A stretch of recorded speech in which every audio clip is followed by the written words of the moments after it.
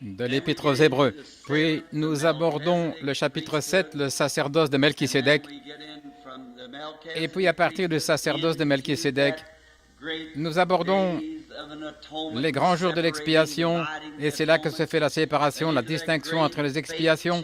Puis ce chapitre important sur la foi, le chapitre 11 et le chapitre 12, rejeter tout fardeau, et le chapitre 13, cette demeure éternelle qui n'a pas été construite de main d'homme, mais c'est Dieu seul qui a fait cette glorieuse demeure.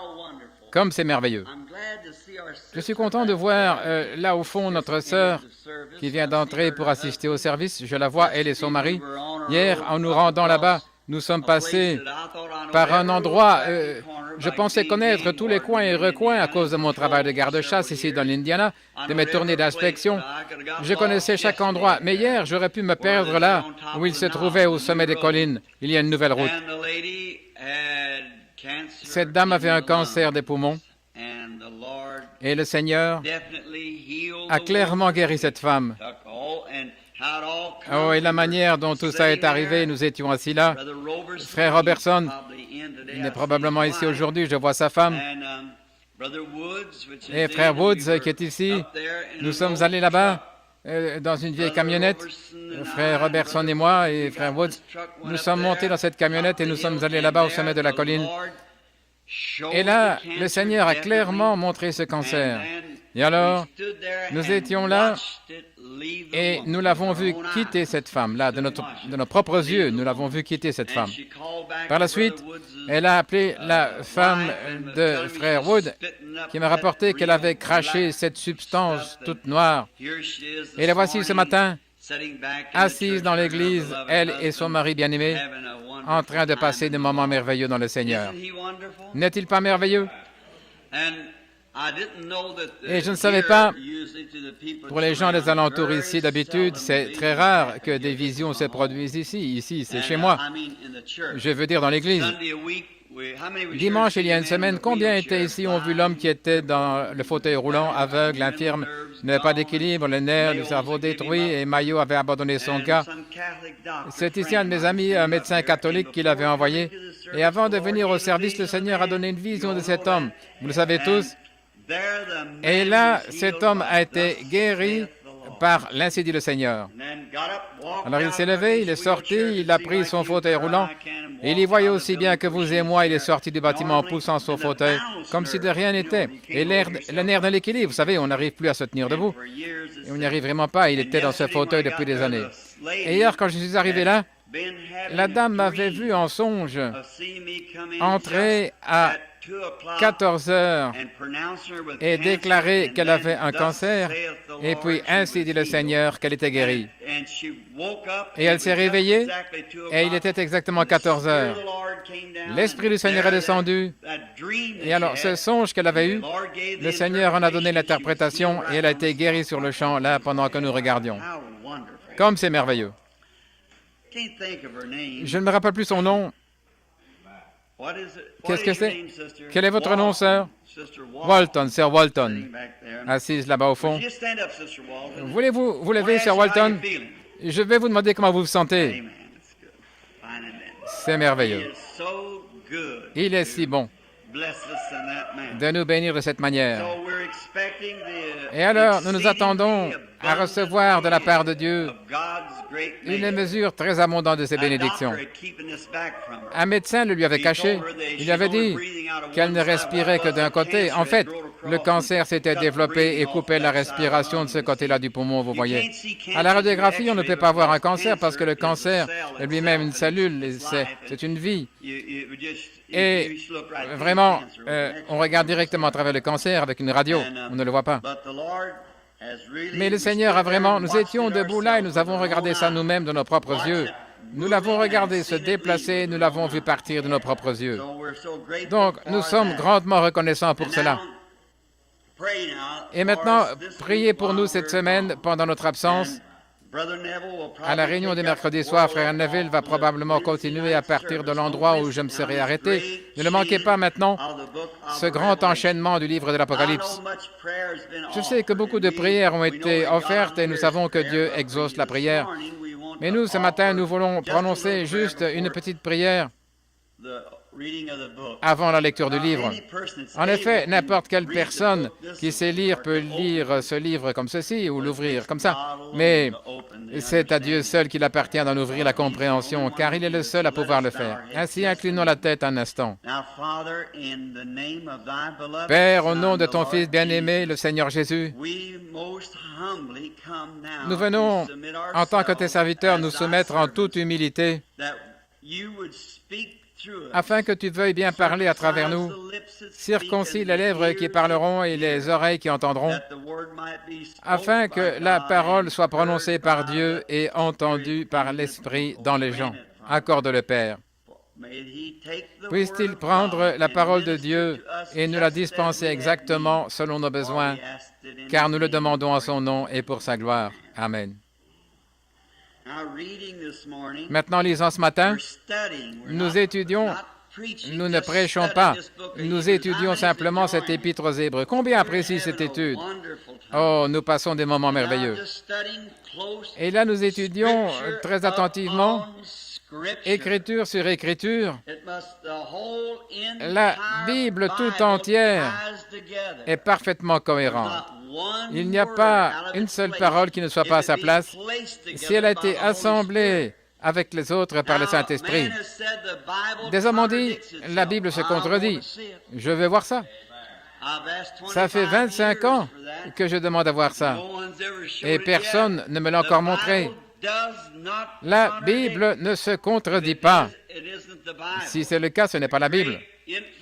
Le grand Jéhovah infini ne pourrait pas se contredire lui-même. Donc, il n'y a pas de contradiction dans la Bible. C'est juste les gens qui comprennent mal. Maintenant, voyons un peu le contexte avant de prendre la suite. L'Épître aux Hébreux a été écrite par saint Paul aux Hébreux. Il en a écrit une aux Éphésiens, c'est-à-dire aux gens qui étaient à Éphèse, à l'Église chrétienne, une aux Romains, à ceux qui étaient à Rome, une aux Galates et une aux Hébreux. Maintenant, nous remarquons que Paul, au départ, était un docteur de la Bible, c'est ce que nous avons appris, qu'il avait été l'élève du grand docteur, l'un des plus grands de son jour, Gamaliel. Il était très versé dans l'Ancien Testament, il le connaissait bien. Mais il est devenu un persécuteur de la voie qui était la voie de Christ, parce qu'il avait été formé dans l'Ancien Testament par des docteurs. Mais les docteurs, en général, sont charnels. J'espère que je ne dis pas quelque chose que je ne devrais pas. Mais en général, si un homme n'a que l'enseignement et la manière de procéder des écoles, ça, en général, c'est humain. Voyez-vous, ce n'est pas inspiré parce que ça devient la doctrine d'une école. C'est ce qu'on a aujourd'hui, les presbytériens, les luthériens, les pentecôtistes. Toutes ces écoles ont leur théorie à laquelle elles incorporent des passages de l'Écriture. Et c'était pareil dans l'Ancien Testament. Mais Paul, qui avait reçu une bonne formation, il connaissait les Écritures, les paroles. Mais vous voyez, les Écritures, peu importe que vous les connaissiez bien, si l'Esprit ne les vivifie pas, alors la lettre tue. C'est l'Esprit qui donne la vie. Voyez, il faut que ce soit vivifié ou rendu vivant par l'Esprit. Si l'Esprit n'anime pas la parole et n'en fait pas une réalité pour vous, alors la lettre est seulement intellectuelle. C'est ce qui produit tant de chrétiens de confession ou de chrétiens de profession. C'est cette conception intellectuelle de Christ. Ensuite, on s'est tourné vers ceci. Eh bien, il fallait ressentir quelque chose, il fallait faire quelque chose. Nous allons aborder tout ça dans quelques instants. il fallait que celui-ci pousse des cris de joie. Autrefois, les méthodistes, ils devaient pousser des cris avant de l'avoir. Les pentecôtistes, il fallait qu'ils parlent en langue avant de l'avoir. Et certains, les trembleurs, autrefois, il fallait qu'ils tremblent. Les anciens, ils marchaient de long en large, et les hommes d'un côté, les femmes de l'autre, vous voyez, les trembleurs. Alors le Saint-Esprit venait sur eux et les faisait trembler. Ils l'avaient. Mais tout ça, c'est du fantastique. Rien de plus. Ce n'est aucunement la vérité. Dieu vit dans sa parole. La foi vient de ce qu'on entend, de ce qu'on entend la parole. C'est par la foi que vous êtes sauvés par le moyen de la grâce.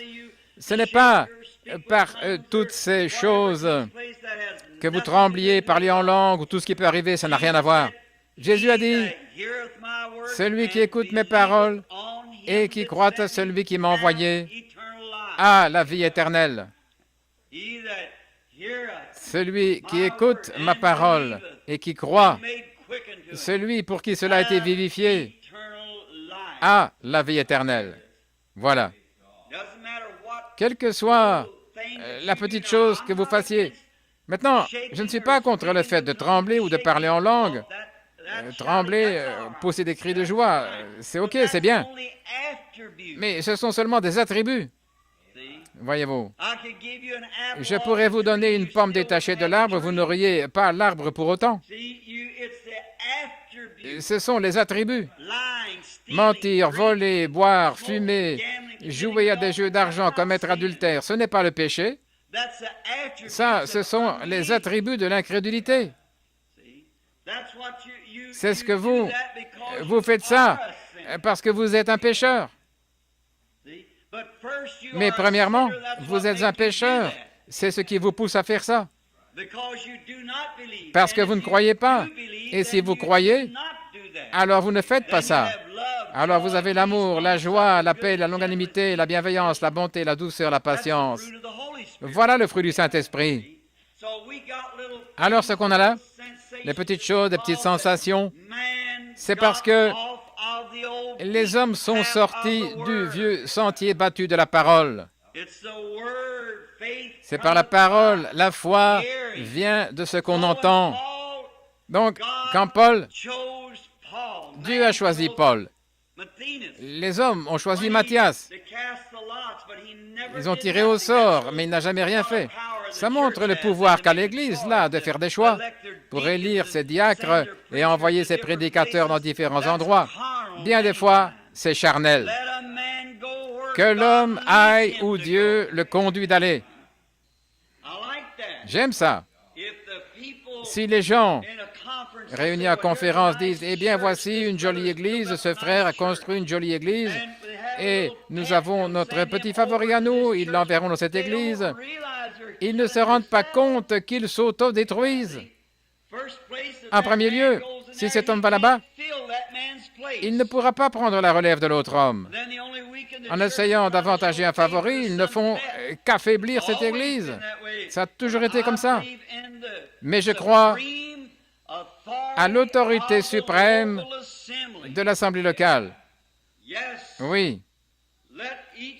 Que chaque Église soit autonome, qu'elle choisisse ses pasteurs, ses diacres, quoi que ce soit. Et alors, de cette manière, l'homme qui s'y trouve n'a pas d'évêque au-dessus de lui. Si le Saint-Esprit veut dire quelque chose à cette Église, ils n'ont pas à demander à qui que ce soit l'autorisation de faire ceci ou cela. C'est l'individu qui est en contact avec le Saint-Esprit. Montrez-moi par la Bible ce qu'il y a de plus grand dans la Bible que l'ancien local pour l'Église locale. C'est vrai. Oui, la souveraineté de l'Église locale. Chaque Église elle-même. La communion entre les frères, c'est merveilleux. Toutes les Églises devraient être unies dans la communion entre les frères. Mais la souveraineté de l'Église locale. Remarquez, Paul, ce grand maître, ce grand docteur, bien formé, était en route vers Damas un jour afin d'arrêter les partisans de cette nouvelle voie. Il était sincère. Dieu ne vous juge pas d'après votre sincérité. Je n'ai jamais vu des gens plus sincères que les païens. Beaucoup d'entre eux tuent même leurs propres enfants en vain pour les sacrifier à une idole. Ce n'est pas une affaire de sincérité. Un homme pourrait absorber du phénol sincèrement en pensant qu'il absorbe quelque chose d'autre. La sincérité ne sauve pas. Telle voie paraît droite à un homme, mais son issue, c'est la voie de la mort. Paul était sincère quand il a approuvé, par son autorité, la lapidation d'Étienne. Des années plus tard, j'apprécie les excuses de Paul. Il a dit, « Je ne suis pas digne d'être appelé disciple ou d'être appelé apôtre parce que j'ai persécuté l'Église, même jusqu'à la mort. » Avec sincérité.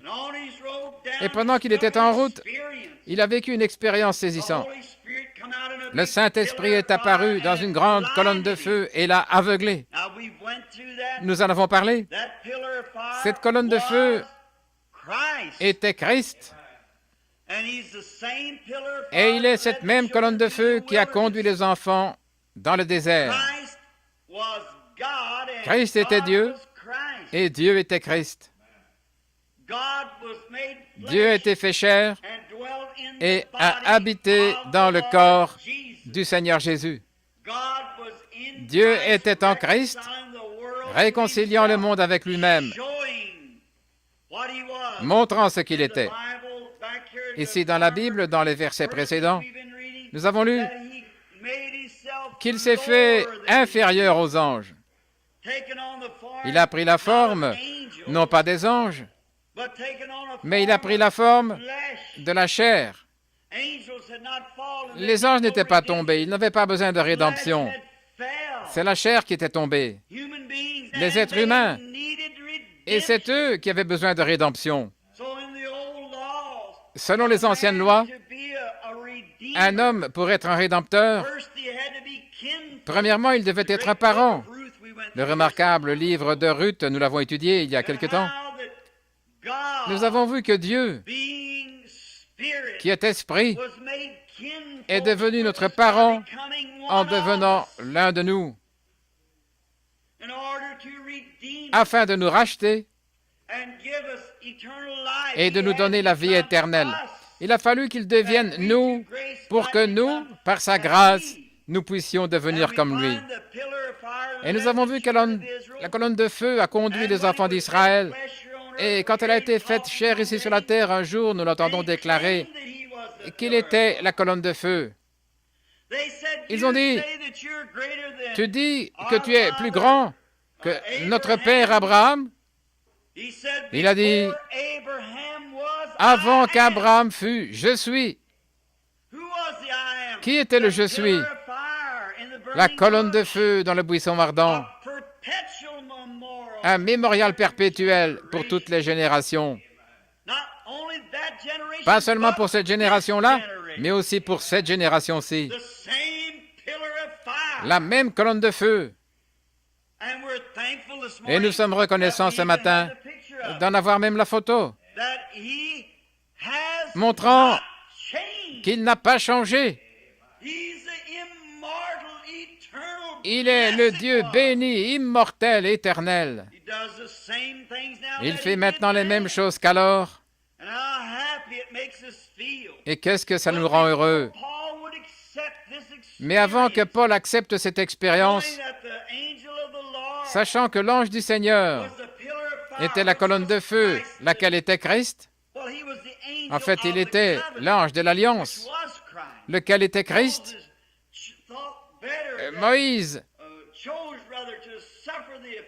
a choisi d'être maltraité avec le peuple de Christ et être conduit par Christ plutôt que d'avoir tous les trésors de l'Égypte. Il a suivi Christ sous la forme d'une colonne de feu. Alors Christ a dit, « Je suis venu de Dieu quand il était ici sur la terre. Je retourne à Dieu. » Après sa mort, son ensevelissement, résurrection, après que le corps glorifié s'est assis à la droite de la majesté pour intercéder, Paul l'a vu comme la colonne de feu à nouveau. Une lumière qui lui a presque fait perdre la vue, qui l'a frappé d'aveuglement. Pierre l'a vu entrer dans la prison comme une lumière et ouvrit les portes devant lui quand il est sorti. Nous avons vu qu'il était l'alpha et l'oméga, le premier et le dernier. Et le voici avec nous aujourd'hui, faisant exactement les mêmes choses qu'alors, se rendant visible à nous, démontrant cela au monde scientifique. Oh, en cette grande heure de ténèbres et de chaos sur la terre, nous devrions être les gens les plus heureux de toute la terre. Nous réjouissons de ce que nous savons tout le temps alors que les gens sont endoctrinés et qu'il y a toutes sortes d'ismes et tout sur la terre. Pourtant, aujourd'hui, le vrai Dieu vivant, par sa parole et par son évidence visible, montre qu'il est ici avec nous. Il est à l'œuvre, il est en action, il est vivant, il agit exactement comme il l'a toujours fait. Quel peuple privilégié nous sommes d'avoir cela. Nous devrions, la Bible dit alors au chapitre 2, que nous devons nous attacher à ces choses. Parce que comment échapperons-nous si nous négligeons un si grand salut? Nous avons vu que Paul, avant d'accepter cette expérience, maintenant, nous insistons sur ce point, quel que soit le genre d'expérience que vous ayez vécu, Église, je vais vous demander quelque chose. Peu importe combien elle peut donner une bonne impression, combien elle peut sembler réelle, il faut d'abord que cette expérience soit vérifiée par la Bible. Toujours. La base, c'est la parole. Ne la délaissez jamais pour aucune expérience, quelle qu'elle soit. Alors Paul, avant de l'accepter, il est allé en Arabie et il est resté là 3 ans à tester, à vérifier cette expérience par la parole. Et quand il est revenu, il était sûr. Rien n'aurait pu le déstabiliser, car il était affermi dans la parole, inébranlable. Et voici la direction qu'il prend maintenant. Il va démontrer à ses Hébreux que ces grandes choses dont il a été fait mention dans l'Ancien Testament ont été manifestées en Jésus-Christ. Comme c'est glorieux. Dimanche dernier ou mercredi dernier, frère Neville, ici au chapitre 5, a touché quelques points très importants parce que c'est un chapitre merveilleux. Et dimanche dernier, nous avons vu au chapitre 4 qu'il a traité de la question du sabbat, de l'observance du sabbat. Êtes-vous sûr ce matin de savoir ce qu'est l'observance du sabbat? Si vous le savez, dites Amen. Le sabbat, c'est le repos dans lequel nous entrons, pas par un jour, pas par une loi, mais en entrant en Christ, qui est notre sabbat. Il est notre sabbat. Nous avons parcouru l'Ancien Testament et nous avons montré que le temps viendrait où la parole serait ligne sur ligne, précepte sur précepte. Et il a prouvé que nous sommes entrés dans son repos le jour de la Pentecôte. Car ceci laisserait reposer celui qui était fatigué, lui donnerait du repos. Et nous avons vu que Dieu a fixé un jour dans David à propos du 7e jour. Et Dieu se reposa le 7e jour. Il l'a aussi donné aux enfants d'Israël dans le désert. Et de nouveau, il a fixé un jour. Quel jour était-ce? Un certain jour de la semaine? Le jour où vous entendez sa voix, n'endurcissez pas votre cœur. C'est le jour où il entre pour vous donner une paix éternelle,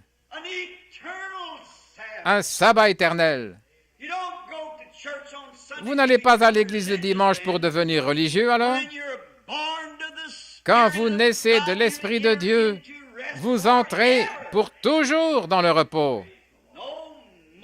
Il n'y a plus d'observance du sabbat. Vous êtes dans le sabbat, continuellement, pour toujours et pour l'éternité.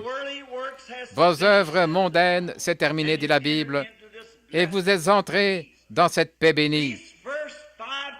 Ces 5 premiers chapitres placent Jésus dans sa position de souverain sacrificateur.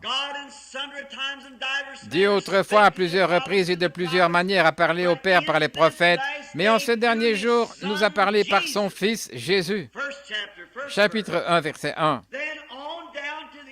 Et ainsi de suite jusqu'à la fin du chapitre 5, où nous le voyons représenté dans Melchisédek, qui n'a eu ni commencement de jour ni fin de vie, mais qui est sacrificateur à perpétuité pour toujours. Réfléchissez à ça. Qui était ce grand homme? Nous allons y venir dans 2 chapitres, sa vie entière, nous allons l'étudier. Ce grand homme qui est allé au-devant d'Abraham, qui n'a jamais eu de papa, il n'a jamais eu de maman, il n'a jamais eu de temps où il a commencé sa vie et il n'aura pas de temps où il terminera sa vie. Et il est allé au-devant d'Abraham lorsqu'il revenait des défaites du roi. Remarquez, cette personne extraordinaire, qui qu'il ait été, il est toujours vivant. Il n'a pas eu de fin de vie. C'est Christ qui l'a rencontré. Nous allons étudier ça en profondeur dans quelques jours. Maintenant, nous voulons commencer au chapitre 5 pour avoir un peu de contexte avant de prendre le chapitre 6, car c'est vraiment quelque chose de remarquable. Soyez attentifs. Nous allons commencer vers le verset 7 de ce chapitre. Eh bien, commençons au verset 6. Comme il dit encore ailleurs, tu es sacrificateur pour toujours, selon l'ordre de Melchisédek. C'est lui qui, dans ses jours de sa chair, ayant présenté avec de grands cris, avec larmes, des prières et des supplications, à celui qui pouvait le sauver de la mort, et ayant été exaucé à cause de sa crainte. Bien qu'il fût fils, il a appris l'obéissance par les choses qu'il a souffertes. Maintenant, voici où je veux en venir. À ce verset 9, écoutez, je pense que Frère Neville l'a abordé mercredi. Je n'étais pas là. Écoutez. Et qui, après avoir été élevé à la perfection, est devenu, pour tous ceux qui lui obéissent, l'auteur d'un salut éternel.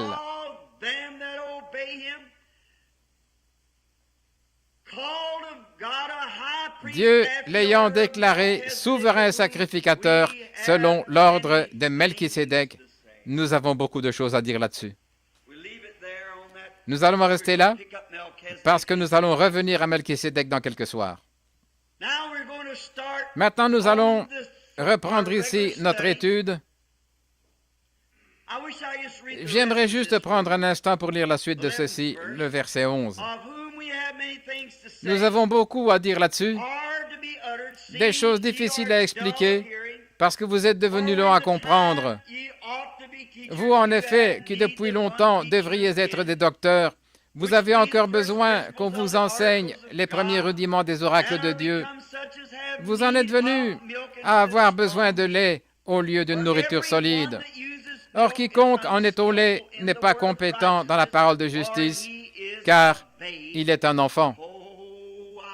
Oh, j'espère que le Saint-Esprit fait descendre ça au fond de vous en ce moment.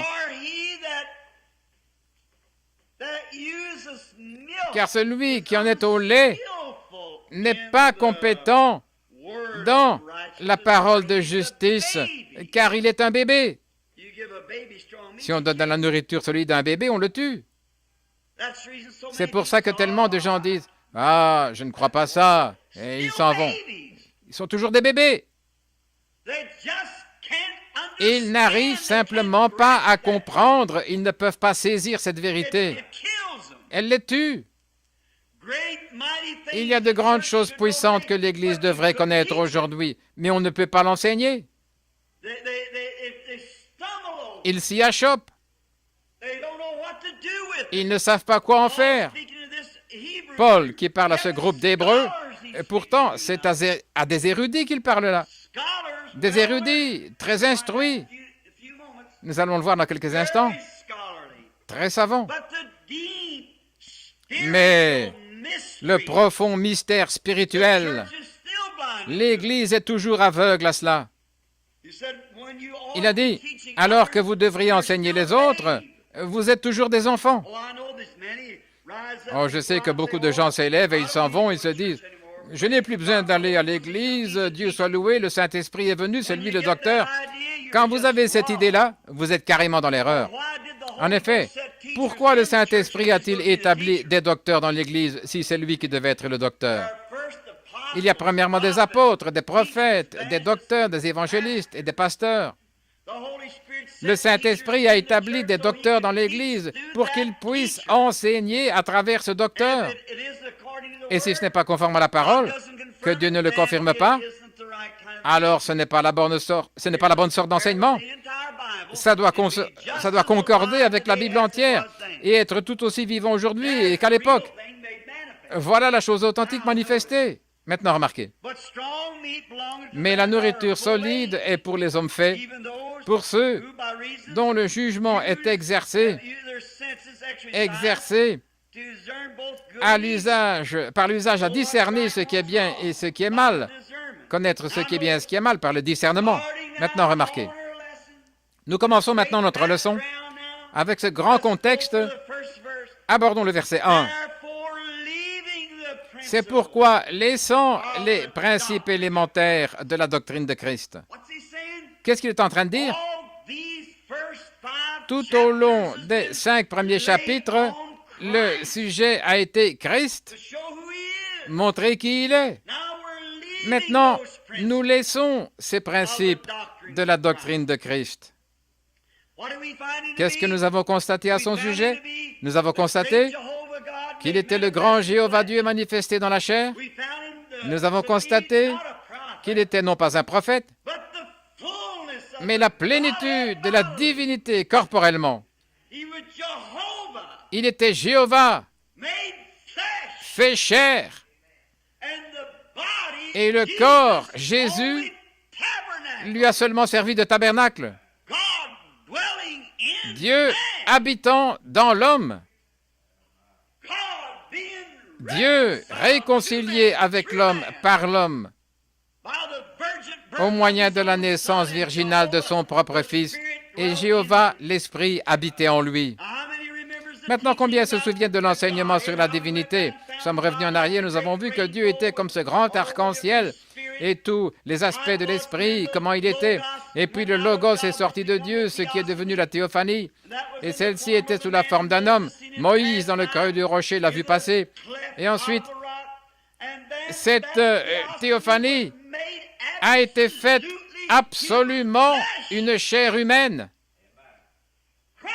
Christ. Et nous avons vu ainsi que nous, par sa grâce, nous avons la vie éternelle. Maintenant, le terme « pour toujours », c'est pour un intervalle, pour un espace de temps. Il est dit dans la Bible « pour toujours » et « pour toujours », une conjonction. Mais pour toujours, ça représente seulement une période de temps. Mais éternel, ça veut dire pour toujours, éternellement. Et tout ce qui a eu un commencement a une fin. Mais les choses qui n'ont pas eu de commencement n'ont pas de fin.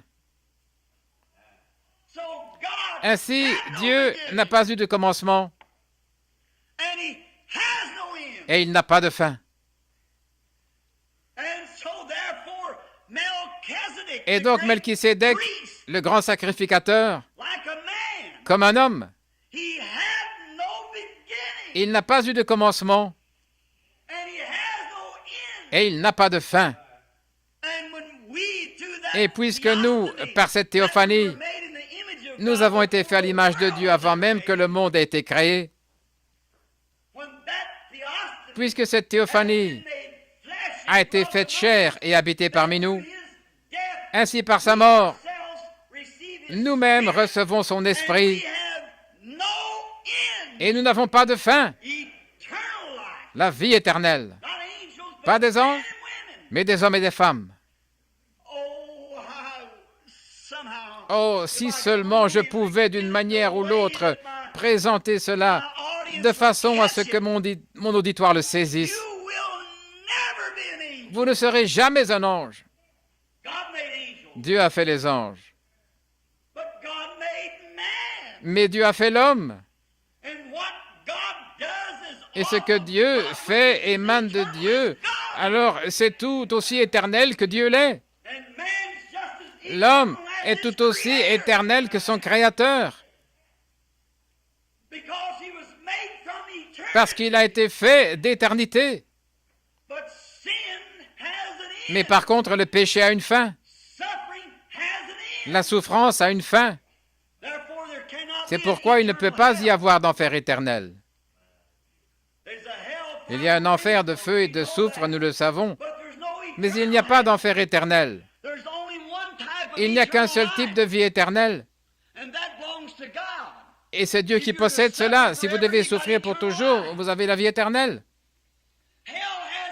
L'enfer a une fin, et il peut durer des milliards d'années, mais il finira par avoir une fin. La Bible ne dit nulle part qu'ils ont souffert éternellement. Elle dit pour toujours et pour toujours. Jonas aussi s'est cru enfermé dans le ventre de la baleine pour toujours. Pour toujours représente un intervalle ou une limite de temps. Mais éternel, c'est perpétuel. Et cela n'a ni commencement ni fin. C'est comme un anneau, un cercle. Et alors que nous avançons dans le temps, nous ne faisons que graviter autour des grands motifs de Dieu. Le motif de Dieu, c'était de faire l'homme à son image pour qu'il puisse être en communion avec lui. Et il a fait de lui un être tangible. Maintenant, le péché nous a amenés dans un lieu de corruption. Mais ça n'arrête jamais le programme de Dieu. Et amis pécheurs aujourd'hui, si vous n'êtes pas nés de nouveau de l'Esprit de Dieu, vous aurez une fin quelque part. Et votre fin sera le chaos, dans la destruction, la souffrance et la misère. Mais pour vous qui avez cru au Seigneur Jésus et qui l'avez accepté comme votre sauveur personnel, c'est aussi éternel que Dieu est éternel. Vous n'avez pas de fin. Je leur donne éternel Zoé, la vie même de Dieu. Et ils ne périront jamais, et ils ne viendront pas même en jugement, mais ils sont passés de la mort à la vie. C'est ce qu'il était, c'est pour ça qu'il est venu. Maintenant, Jésus, lors de son sacerdoce, à sa venue, il n'est pas venu dans le simple but de s'attirer de la sympathie. Bien des gens l'enseignent comme ça, qu'il est venu en disant, « Eh bien, peut-être que si je souffre, je ferai pitié à voir, alors les gens viendront sûrement à moi. » C'est une erreur. Il n'y a aucun passage de l'Écriture pour ça. Car toutes les personnes qui seront un jour sauvées, Dieu les connaissait avant même que le monde ait été formé. C'est ce que dit la Bible. Oh, Dieu ne veut pas qu'aucun périsse. Il veut que tous arrivent à la repentance. Mais comme il est Dieu, par sa préscience, il savait. Regardez Romains chapitre 8. Paul, en parlant de l'élection de Dieu, faisait valoir le point qu'Ésaü et Jacob, avant que l'un ou l'autre des enfants soit né, sans quoi que ce soit, Dieu avait dit qu'il les connaissait et qu'il haïssait Ésaü et aimait Jacob, avant qu'aucun des deux garçons n'ait eu la possibilité d'exprimer sa gratitude, car il était Dieu. Il connaît, il est infini. S'il est infini, il connaissait chaque puce, chaque mouche, chaque moucheron, tout ce qu'il y aurait un jour sur la terre. Il le connaissait. Il est le Dieu béni, infini, éternel, immortel, omnipotent, omniprésent, omniscient. Il n'y a rien qu'il ne connaisse pas. C'est pour ça qu'il peut dire ce que sera la fin. Il connaissait la fin dès le commencement. Ce qui est prophétique, c'est simplement sa connaissance. Il est l'avocat en chef, il est le juge. Il parle à l'avocat. Il lui fait simplement connaître une partie de sa sagesse. Et c'est ça qui est la prophétie, qui peut annoncer ces choses d'avance, parce qu'il sait ce qui va arriver. Maintenant, voilà le Dieu que nous servons. Pas un Dieu historique, pas comme les bouddhistes, les mahométans et tous les autres, mais un Dieu qui est omniprésent et qui est maintenant même ici ce matin, dans ce tabernacle, maintenant même. Le grand Jéhovah, le Je suis, qui s'est formé dans l'humilité pour revêtir une chair semblable à celle du péché. Le voici, c'est lui qui vous a racheté. Il ne peut y avoir personne d'autre nulle part à aucun moment qui puisse faire ça. Dieu n'avait pas 3 personnes là où il aurait envoyé l'une d'elles, son fils. C'était Dieu lui-même qui est venu sous la forme d'un fils. Un fils a un commencement. Et le fils a eu un commencement. À ce propos, je m'adresse à certains d'entre vous, amis catholiques. J'ai lu votre livre « Les réalités de notre foi » qui parle de la filiation éternelle de Dieu. Comment pouvez-vous exprimer ça? Comment allez-vous pouvoir y donner du sens? Comment pourrait-elle être éternelle? Ce n'est pas la Bible, ça, c'est votre livre. La filiation éternelle, ce terme-là n'est pas juste. Car tout fils a eu un commencement, alors que l'éternel n'a pas de commencement. Donc, ce n'est pas une filiation éternelle. Christ est devenu chair et a habité parmi nous. Il a eu un commencement. Ce n'était pas une filiation éternelle, c'est la divinité éternelle, pas la filiation éternelle. Alors il est venu pour nous racheter et il nous a effectivement rachetés. Paul présente cela et je suis sûr que par les enseignements précédents, vous l'avez compris. Nous reprendrons ça à un autre moment si le Seigneur le veut, verset par verset. Maintenant, c'est pourquoi, laissant l'enseignement élémentaire de la doctrine de Christ, tendons vers la perfection. Les gens s'achoppent à cela, n'est-ce pas? Faisons quoi? Allons vers la perfection, sans poser de nouveau les fondements. Observez ceci. Prenons ce mot perfection. Savez-vous qu'il n'y a qu'une seule manière de vous tenir dans la présence de Dieu, c'est en étant parfait? Dieu ne peut pas supporter les choses qui ne sont pas saintes. Et vous, légalistes, comment pourriez-vous vous rendre parfait par vous-même, alors que vous n'avez absolument aucun moyen de vous rendre parfait? Vous êtes né dans le péché. Votre conception même s'est faite dans le péché. Le désir même qui a fait que vous soyez ici était péché. Né dans le péché, enfanté dans l'iniquité, venu au monde en disant des mensonges. Alors sur quoi allez-vous vous tenir? Sur quoi, toi, pécheur, qui dis « Je vais arrêter de fumer, j'irai au ciel » ? Sur quoi, toi, prétendu chrétien, tiède, conservateur, qui te promène la mine allongée et qui dit « Eh bien, je suis membre de l'Église. Tu es un pécheur. » C'est vrai. Si tu n'es pas né de l'Esprit de Dieu, tu es perdu. C'est vrai. Comment pourras-tu aller au ciel? Tu dis, je n'ai jamais menti de ma vie. Oh, le petit chéri, c'était vraiment un ange dès le départ. C'est un mensonge. Quelle que soit votre bonté, vous êtes un pécheur. Et vous n'avez absolument aucun moyen, ni aucun prêtre, aucun évêque, aucun cardinal, aucun pape, ni rien d'autre qui puisse vous sauver, parce qu'il est dans le même bateau que vous. Nous allons approfondir ça dans quelques instants. Il est dans le même état. Le pape de Rome est né dans le péché. Il a été enfanté dans l'iniquité. Il est venu au monde en disant des mensonges. Il est né par suite du désir sexuel d'un homme et d'une femme. Comment pouvez-vous devenir juste à partir de ça? Eh bien, son papa et sa maman sont nés de la même manière, et eux sont nés de la même manière, son grand-papa, sa grand-maman, et ainsi de suite. C'est le péché dès le départ. Alors qui peut dire que ceci est saint et que ça est saint? Il n'y a qu'une seule chose sainte et c'est Jésus-Christ, le Fils du Dieu vivant, qui a été rendu parfait. Et ce qui est exigé de nous, c'est que nous soyons parfaits. Maintenant, comment allons-nous y parvenir? Essayez vous-même. Je n'aimerais vraiment pas essayer d'aller au ciel sur la base de mérite comme je suis né il y a 5 minutes et je quitte le monde à l'instant. Je serais perdu. Si de ma vie, je n'avais jamais eu une seule mauvaise pensée, si je n'avais jamais prononcé un seul gros mot, si je n'avais jamais regardé quelque chose de mauvais, jamais une mauvaise pensée, ni rien, je serais tout aussi répugnant et noir que les murs sales de l'enfer. Je suis un pécheur.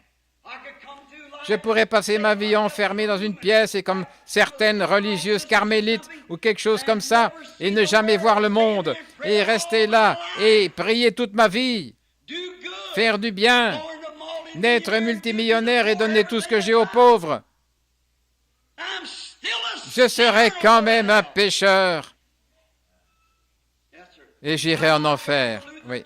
Je pourrais adhérer à l'église luthérienne, baptiste, pentecôtiste, presbytérienne, avoir été inscrit sur les registres dès ma naissance et rester fidèle à cette église jusqu'à l'âge de 100 ans. Quand ma vie sera ôtée, personne ne pourrait me montrer du doigt et on dirait, il n'a jamais eu même une seule mauvaise pensée. J'irai en enfer aussi sûr que je suis ici devant vous. Je suis un pécheur. C'est exact. Je n'ai rien, il n'y a absolument aucun moyen pour moi de fournir un prix que je puisse payer. Dieu exigeait la mort. Et si je donne ma propre vie, si je donne ma vie, alors comment puis-je me repentir? Parce que la dette doit être payée premièrement. Et Dieu était le seul à pouvoir donner sa vie et la reprendre. Et il a pu devenir péché, donner sa vie et la reprendre et appeler ça justice. La dette a été payée. Voilà, vous y voilà. Maintenant, prenons Matthieu, vers le chapitre 8, je crois, le chapitre 7 ou 8. Nous allons voir ce que Jésus a dit là. Très bien. C'est Matthieu chapitre 5.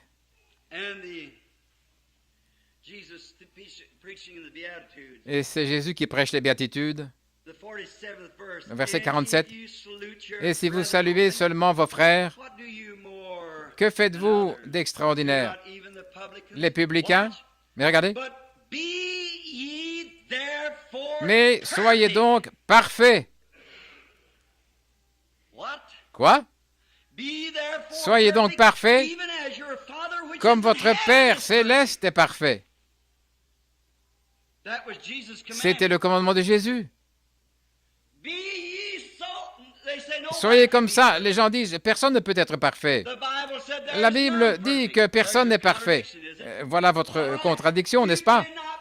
Vous ne pouvez pas être parfait en vous-même. Si vous vous appuyez sur ce que vous avez fait, vous êtes perdu.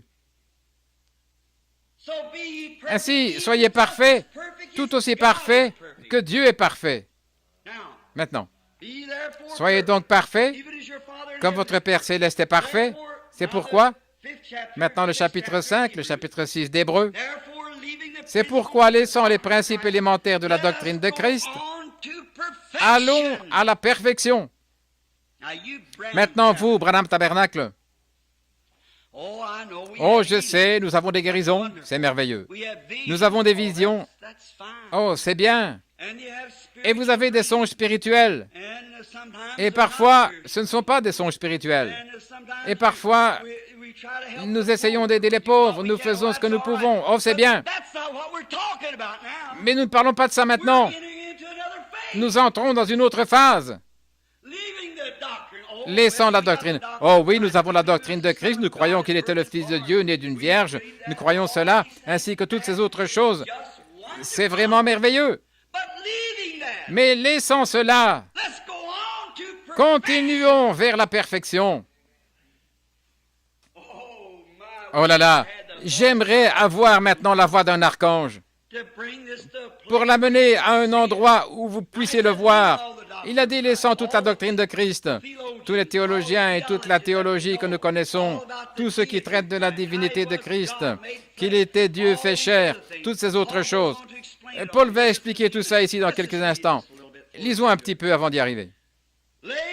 Poser de nouveau les fondements du renoncement aux œuvres mortes, nous croyons ça, et de la foi envers Dieu, nous croyons ça, et de la doctrine des baptêmes, la manière précise d'être baptisé, nous croyons ça, et de l'imposition des mains, nous croyons à l'imposition des mains, n'est-ce pas?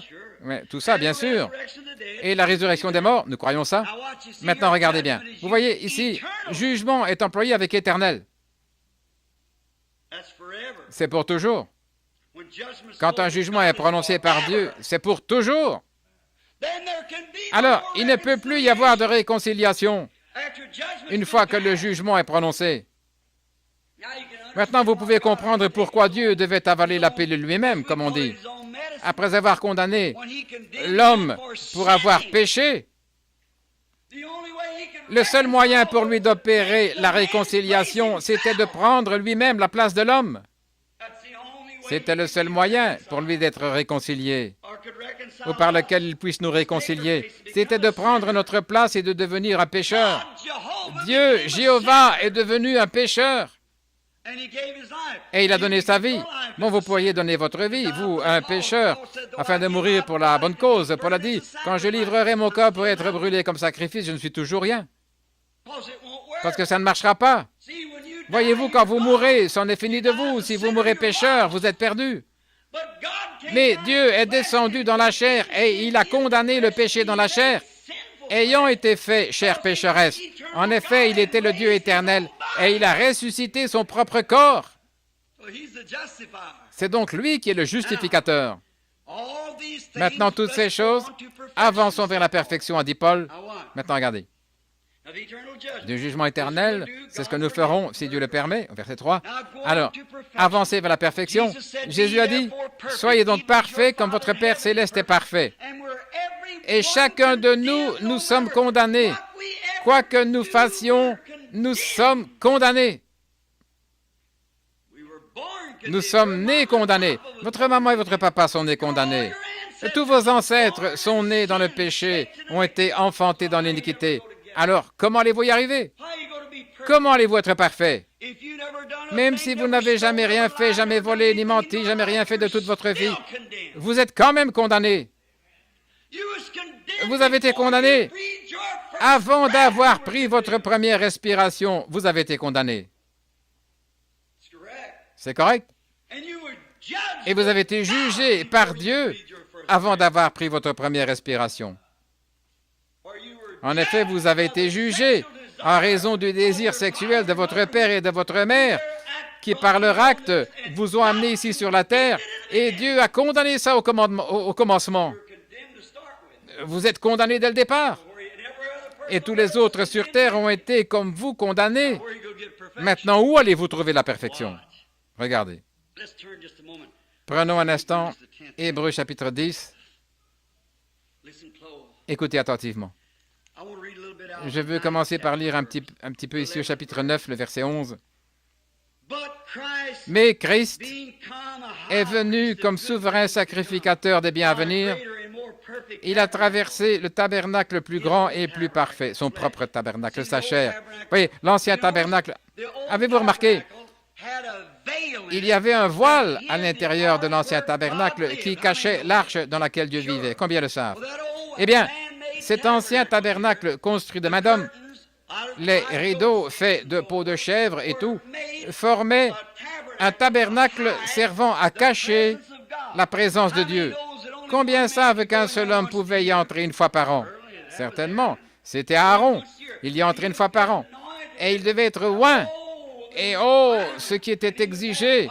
Et il devait avoir du feu à la main. S'il était entré sans ça, il serait mort dès qu'il aurait écarté ce voile. Il serait tombé raide mort. Il devait entrer là, allumer ses chandeliers et faire l'aspersion du propitiatoire, ce qui annonçait le sang, cette mort comme substitut jusqu'à ce que Christ vienne accomplir cela. Maintenant, mais Dieu ensuite est entré dans un autre type de tabernacle. Et ce tabernacle, c'était qui? Jésus. Et Dieu était à l'intérieur de Jésus. Et il était caché. mais il réconciliait le monde avec lui-même par son expression. Christ a révélé Dieu. Il a dit, ce n'est pas moi qui fais les œuvres, c'est mon Père qui demeure en moi. Je ne fais rien de moi-même. Je ne fais que ce que je vois faire au Père, et le Père qui est en moi me montre ses visions, et ensuite je vais faire exactement ce que le Père m'a dit de faire. Vous saisissez? Dieu était à l'intérieur d'un corps humain, pas derrière des peaux de chèvre teintes, mais il vivait, il bougeait. Dieu avait des mains, Dieu avait des pieds, Dieu avait une langue, Dieu avait des yeux. Et c'était Christ. Voilà, c'était lui. Ensuite, il est parti. L'Esprit est entré là, afin que par sa mort, il puisse rendre l'Église parfaite et amener l'Église à se soumettre. Et ainsi, ce même Esprit qui était en Christ est dans l'Église, faisant les mêmes choses que Christ avait faites. Encore un peu de temps et le monde ne me verra plus, mais vous me verrez, car je serai avec vous et même en vous jusqu'à la fin du monde. Maintenant, écoutez ceci. Mais Christ est devenu souverain sacrificateur des biens à venir, et il a traversé le tabernacle plus grand et plus parfait, qui n'est pas construit de main d'homme, c'est-à-dire qui n'est pas de cette création. Il n'a pas été construit de main d'homme. Comment est-il né? Par une naissance virginale. Ce corps a été sacrifié ou sanctifié, non avec le sang des boucs et des veaux, mais avec son propre sang. Son propre sang. Vous savez que le sang vient du sexe masculin. Alors, quelqu'un a dit, « Oh, Jésus était juif. » Il n'était pas juif. « Oh, nous sommes sauvés par du sang juif. » Non. Si nous avons été sauvés par du sang juif, nous sommes encore perdus.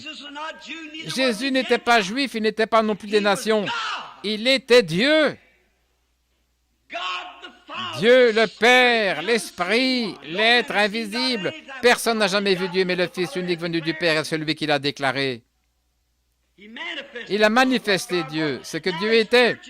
Maintenant, c'est son Église qui doit manifester Dieu, montrer ce que Dieu est. Qu'est-ce que nous faisons? Nous nous organisons. Je n'ai rien à faire avec eux, ils sont méthodistes, ils sont presbytériens, je ne vis rien à faire avec eux. Je suis baptiste, je suis pentecôtiste. Vous êtes perdus avec ce genre de motif. C'est vrai. Qui peut se vanter? Qui peut dire quoi que ce soit? Regardez la disgrâce qu'ont causé les presbytériens. Regardez la disgrâce chez les baptistes, la disgrâce chez les catholiques, la disgrâce chez les pentecôtistes, les nazaréens, les pèlerins de la sainteté. Regardez tous les autres. Mais je vous mets au défi de lever une main accusatrice contre cela et d'y trouver de la disgrâce. Oui, de montrer cela du doigt, alors que le Dieu Tout-Puissant a dit, « Celui-ci est mon Fils bien-aimé, en qui je me plais à demeurer, écoutez-le. » Le voilà, celui qui est parfait, c'est lui. Lisons un peu plus loin. Et il est entré une fois pour toutes dans le lieu très saint, non avec le sang des boucs, des veaux, mais avec son propre sang et obtenu une rédemption éternelle. Vous saisissez? Une rédemption éternelle. Il ne s'agit pas d'être racheté aujourd'hui et ensuite la semaine prochaine, quand les réunions de réveil commencent, il faut être racheté de nouveau. Et ensuite, oh, nous rétrogradons et il faut être racheté de nouveau. Vous êtes rachetés une fois pour toutes. C'est vrai. Plus question de racheter, racheter, racheter. Une rédemption éternelle. Celui qui écoute mes paroles et qui croit celui qui m'a envoyé a la vie éternelle et ne viendra jamais en jugement. Mais il est au temps passé de la mort à la vie. Parce qu'il a tremblé? Parce qu'il a été baptisé d'une certaine manière? Parce qu'il a eu du sang dans la main? Parce qu'il a cru au Fils unique de Dieu. C'est comme ça que nous obtenons la rédemption éternelle. Maintenant, écoutez.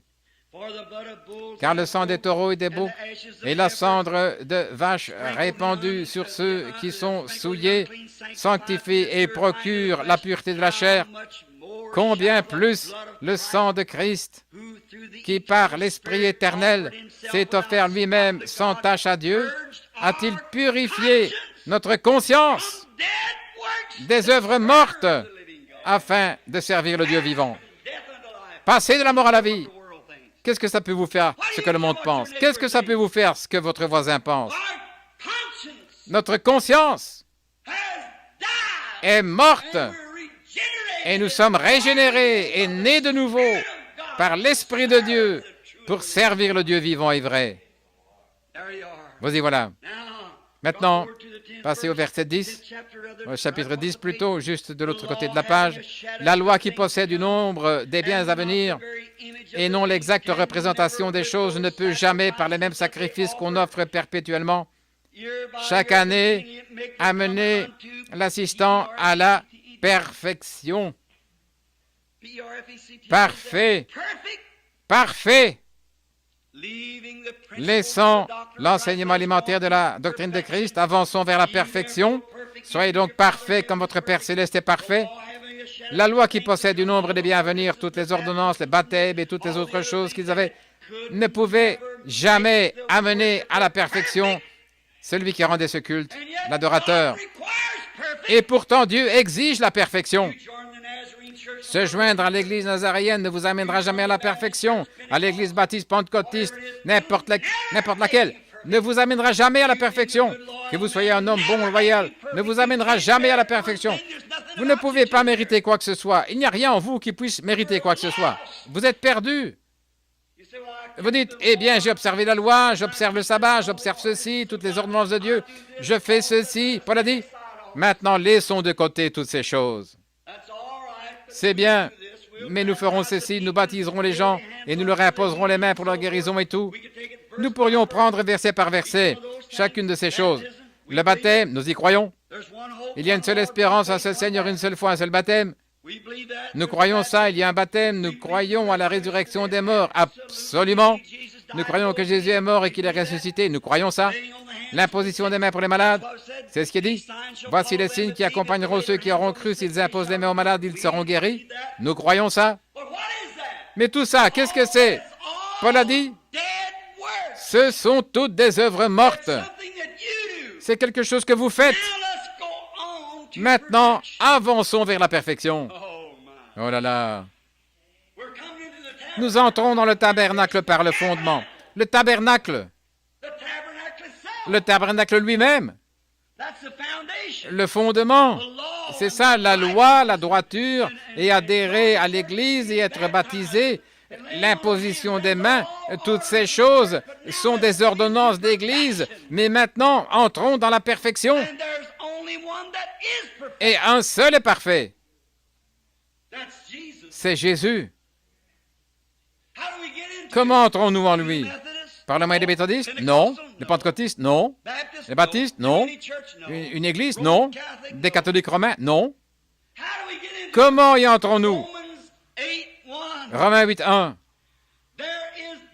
Il n'y a donc maintenant aucune condamnation pour ceux qui sont en Christ, qui marchent non selon les choses de ce monde, la chair, mais selon les choses de l'esprit, qui ne font pas attention à ce que le monde a à dire. Même si vous êtes malade, que le médecin dit vous allez mourir, vous ne prêtez pas attention à ça. Ça ne vous dérange pas le moins du monde.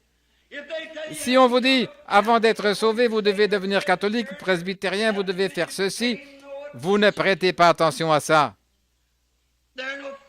Donc, aucune condamnation pour ceux qui sont en Jésus-Christ, qui marchent non selon la chair, les choses qu'ils voient. Tout ce que vous voyez avec vos yeux, c'est terrestre. Mais les choses que vous voyez dans votre esprit par la parole, la parole est le miroir de Dieu qui reflète ce qu'il est et ce que vous êtes. Alléluia! Oh là là! C'est elle qui vous le dit. C'est le seul livre au monde qui vous dit d'où vous venez, qui vous êtes et où vous allez. Montrez-moi une page de littérature n'importe où, de tout ce que nous avons comme documentation scientifique et tous les bons livres. Rien de tout cela ne peut vous le dire. Ceci est le miroir de Dieu qui montre ce qu'il est, ce que vous êtes. Et entre les deux se trouve une ligne de sang qui vous fait voir ce que vous pouvez être si vous voulez faire ce choix. Vous y voilà. Par un seul esprit. 1 Corinthiens 12. Comment entrons-nous dans ce corps? Par une poignée de main? Non, monsieur. En adhérant à l'Église? Non, monsieur. En étant baptisé vers l'arrière, vers l'avant, au nom du Père, du Fils et du Saint-Esprit, au nom de Jésus-Christ, au nom de la rose de Saron, du lys de la vallée, de l'étoile du matin, tout ce que vous voulez. Ça n'a rien à voir. Ce n'est que l'engagement d'une bonne conscience envers Dieu. Et pourtant, on fait des histoires et du remue-ménage, on argumente, on se divise, on fait des distinctions. C'est vrai. Mais toutes ces choses sont des œuvres mortes. Nous avançons vers la perfection. Ça, ce sont des choses que moi j'ai fait. Un ministre vous a baptisé, qu'il vous ait baptisé vers l'avant, l'arrière, 3 fois, 4 fois ou une seule fois, ou de quelle manière. Ça n'a rien à voir. De toute façon, vous êtes baptisé pour entrer dans la communion de cette Église, c'est tout, pour prouver à cette Église que vous croyez à la mort, l'ensevelissement et la résurrection de Christ, l'imposition des mains pour guérir le malade, c'est merveilleux. Mais tout ça, ce sont des choses naturelles et ce corps mourra de nouveau. Aussi sûr que vous êtes en vie, il mourra de nouveau. Maintenant, laissons de côté toutes ces choses et avançons vers la perfection. Comment arriver à la perfection? C'est ce que nous voulons savoir. Christ a amené à la perfection. Dieu a fait retomber sur lui l'iniquité de nous tous. Il a été blessé pour nos transgressions, brisé pour nos iniquités. Le châtiment qui nous donne la paix est tombé sur lui et par ses meurtrissures, nous sommes guéris. C'est ce corps-là que nous cherchons à atteindre. C'est ce corps-là. Pourquoi? Si vous êtes dans ce corps-là, vous ne serez jamais jugé. Vous ne goûterez pas la mort. Vous êtes libre de toute mort, du jugement, du péché, de tout le reste, quand vous êtes dans ce corps-là. Comment y entre-t-on, prédicateur? En devenant membre de ce tabernacle, vous seriez quand même perdu. De toute manière, vous ne pouvez pas devenir membre. Nous n'avons pas de registre. Comment y entre-t-on? En adhérant à une église? Non, monsieur. Comment y entre-t-on? Vous y naissez. 1 Corinthiens 12.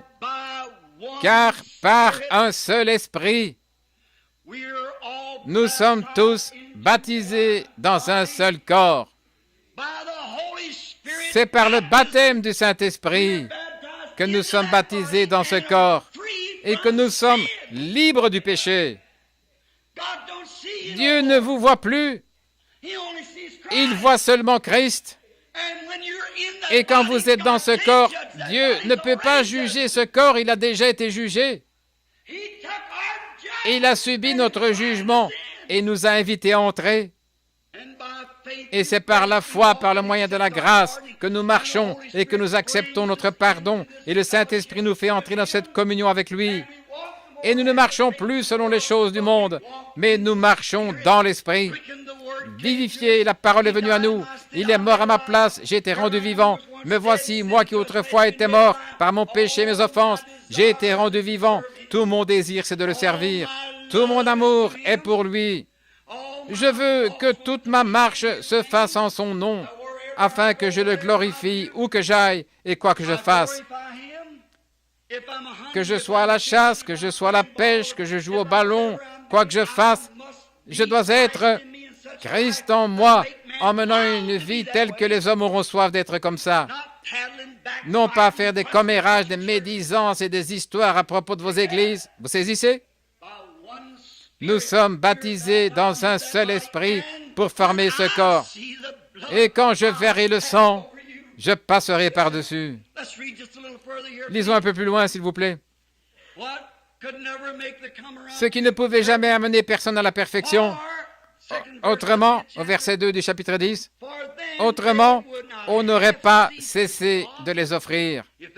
Si cela pouvait amener la personne à la perfection, et Dieu exige la perfection, si observer les lois, si mettre en pratique tous les commandements amenaient à la perfection, alors il ne serait pas nécessaire d'avoir autre chose, on serait déjà parvenu à la perfection, puisque quand on est parfait, on est éternel. Puisqu'il n'y a que Dieu qui est éternel, et il n'y a que Dieu qui est parfait. Alors le seul moyen d'être éternel, c'est de devenir une partie de Dieu. Étant une fois purifié, n'aurait plus aucune conscience du péché. Quoi? L'adorateur étant une fois purifié, n'a plus aucune conscience. Si vous écrivez la traduction, c'est désir. L'adorateur étant une fois purifié, n'a plus aucun désir du péché. Si l'adorateur a été une fois purifié, vous avancez maintenant, vous dites, oh alléluia, j'ai été sauvé hier soir, mais bon, Dieu soit béni, elle m'a fait rétrograder, alléluia, un jour je serai de nouveau sauvé. pauvre illettré, inexpérimenté. Ce n'est pas comme ça. Ce n'est pas comme ça. L'adorateur étant une fois purifié n'a plus aucune conscience du péché. C'est ce que dit la Bible. Écoutez, alors que nous continuons. Mais le souvenir du péché, chaque année, par ces sacrifices, maintenant nous allons lire un peu plus bas, vers le verset 8 pour gagner du temps. Après avoir dit, d'abord, tu n'as agréé ni sacrifice, ni offrande, ni holocauste pour le péché, ce qu'on offre selon la loi. Au verset 9, il dit ensuite, voici, je viens pour faire, ô Dieu, ta volonté. Il abolit ainsi la première chose, la loi, pour établir la seconde. J'aimerais avoir le temps de s'arrêter là-dessus. Tant que vous êtes presbytérien, pentecôtiste ou baptiste ou méthodiste, il ne peut jamais rien faire avec vous. Il faut d'abord qu'il abolisse toutes ces choses-là, voyez, pour établir la seconde. Tant que vous dites, eh bien, je suis méthodiste, je n'ai rien contre les méthodistes, les baptistes ou les pentecôtistes, mais frère, il ne s'agit pas de ça. Vous devez avancer vers la perfection, c'est-à-dire entrer en Christ. Regardez maintenant une minute. C'est en vertu que nous sommes sanctifiés par l'offrande du corps de Jésus-Christ une fois pour toutes. Hein? Lisons juste un peu plus loin. Retenez cela. Laissez pénétrer cela pendant que nous lisons. Une fois pour toutes. Et tandis que tout sacrificateur fait chaque jour le service et offre souvent le même sacrifice qui ne peut jamais ôter le péché, mais cet homme, êtes-vous prêts? Votre veste est-elle ouverte maintenant pour que ça ne passe pas à côté, mais que ça entre directement dans votre cœur? Mais cet homme, quel homme? Pas le pape de Rome, pas l'évêque de l'Église méthodiste, ni de n'importe quelle autre Église. Mais cet homme, Christ, après avoir offert un seul sacrifice pour le péché, s'est assis pour toujours à la droite de Dieu, attendant désormais que ses ennemis soient devenus son marchepied. Regardez bien, voilà, on y arrive. Car par une seule offrande, il a amené à la perfection, il a perfectionné jusqu'au prochain réveil. Qu'est-ce qu'il a dit là? Il a amené à la perfection pour toujours ceux qui sont sanctifiés. Vous saisissez?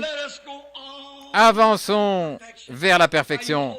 Maintenant, vous gens de la sainteté, vous dites, « Oh oui, nous croyons la sainteté, alléluia, nous croyons la sanctification. » Mais vous vous fondez sur la vôtre. Vous arrêtez ceci, vous arrêtez cela. Vous savez que vous ne devez pas faire ces choses.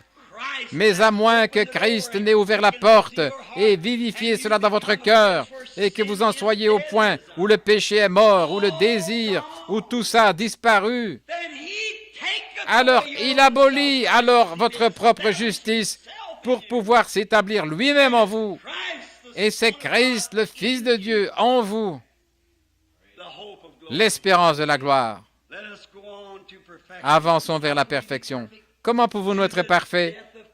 Par la mort de Christ, pas en adhérant à l'Église, pas par nos bonnes œuvres, ce que nous faisons, tout ça c'est bien, pas parce que nous avons été baptisés comme ceci ou cela, pas parce que nous avons été guéris par l'imposition des mains, pas à cause d'aucune de ces autres choses. Nous croyons à la mort, à l'ensevelissement, à la résurrection. Paul a dit, j'aurais beau parler les langues des hommes et des anges, c'est-à-dire les langues qu'on comprend et celles qu'on ne comprend pas, qu'il faut interpréter. Je ne suis rien.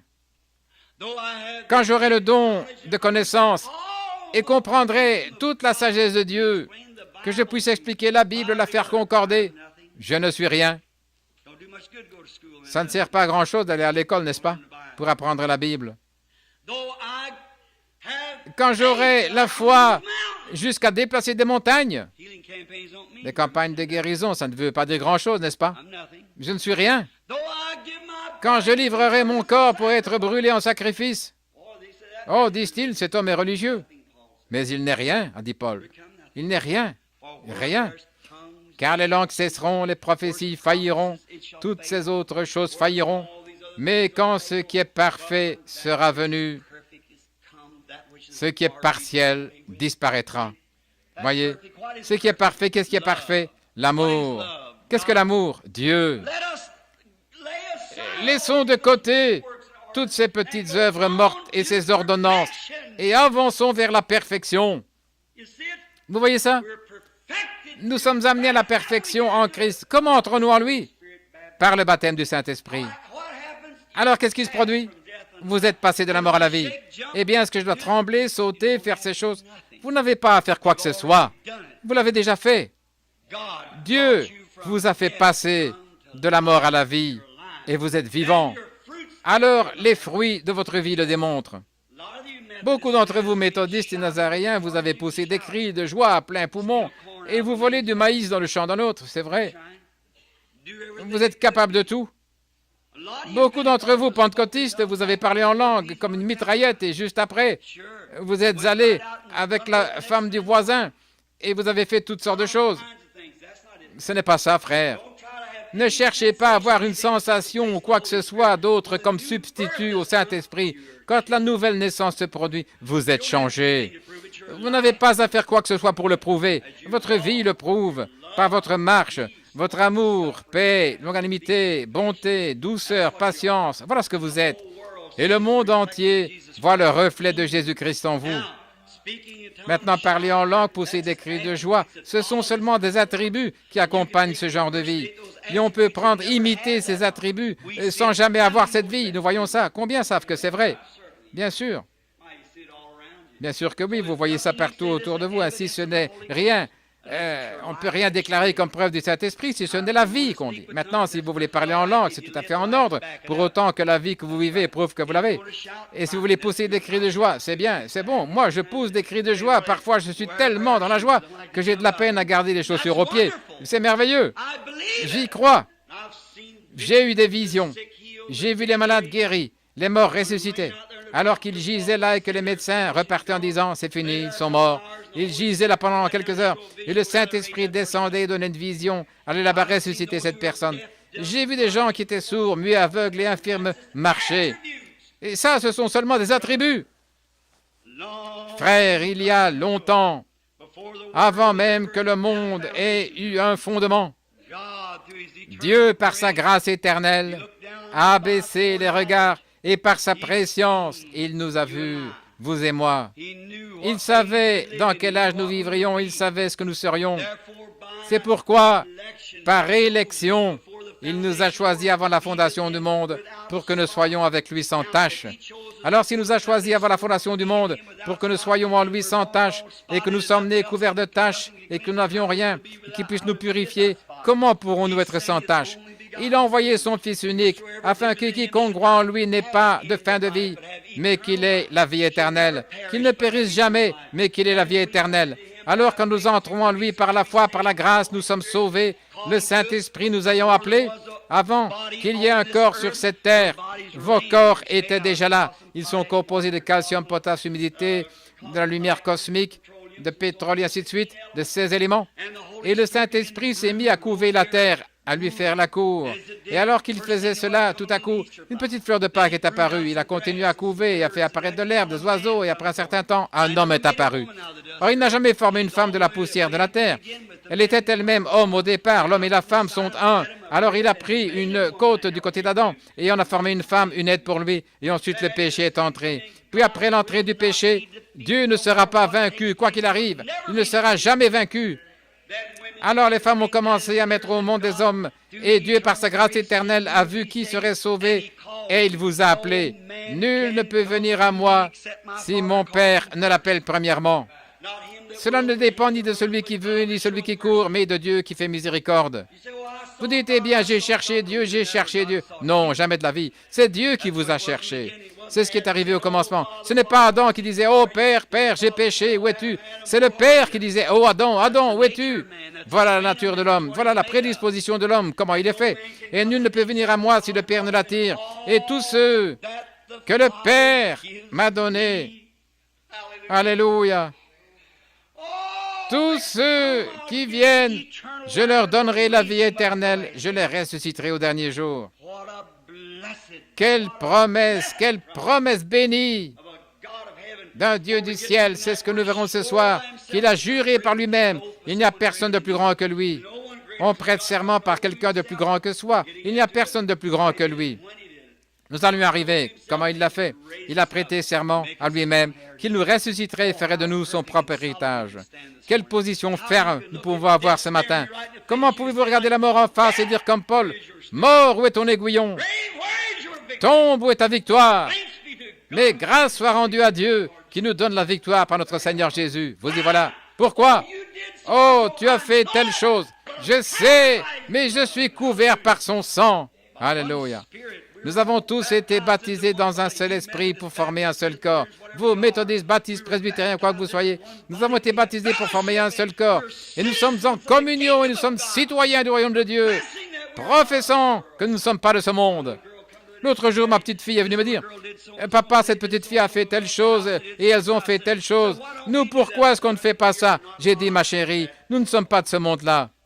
Elles vivent dans leur monde à elles. » Elle a dit, « Est-ce qu'on ne marche pas tous sur la même terre? » J'ai dit, « Ça, c'est le monde, ma chérie. Nous, on ne fait pas partie de ces gens-là. » La Bible dit, « Sortez du milieu d'eux, séparez-vous, dit Dieu. » Voyez-vous, vous n'en faites pas partie. Et quand cette nouvelle nature entre en vous, on n'a pas besoin de vous faire sortir de force. Vous n'avez pas, comme la femme de Lot, voyez-vous, le désir d'y retourner.